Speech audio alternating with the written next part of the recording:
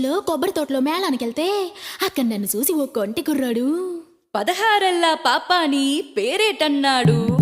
ఉరకలు వేసేసే పాని ఊరేదన్నాడు, మీ ఊరొత్తే ఇంటికి వచ్చే దారేదన్నాడు, ఇంటికి వచ్చి నిన్నే పిలిచే వరసేదన్నాడు. నా పేరు పారిజాతం, మా ఊరు పెద్దాపురం, మెరకేది కడని తో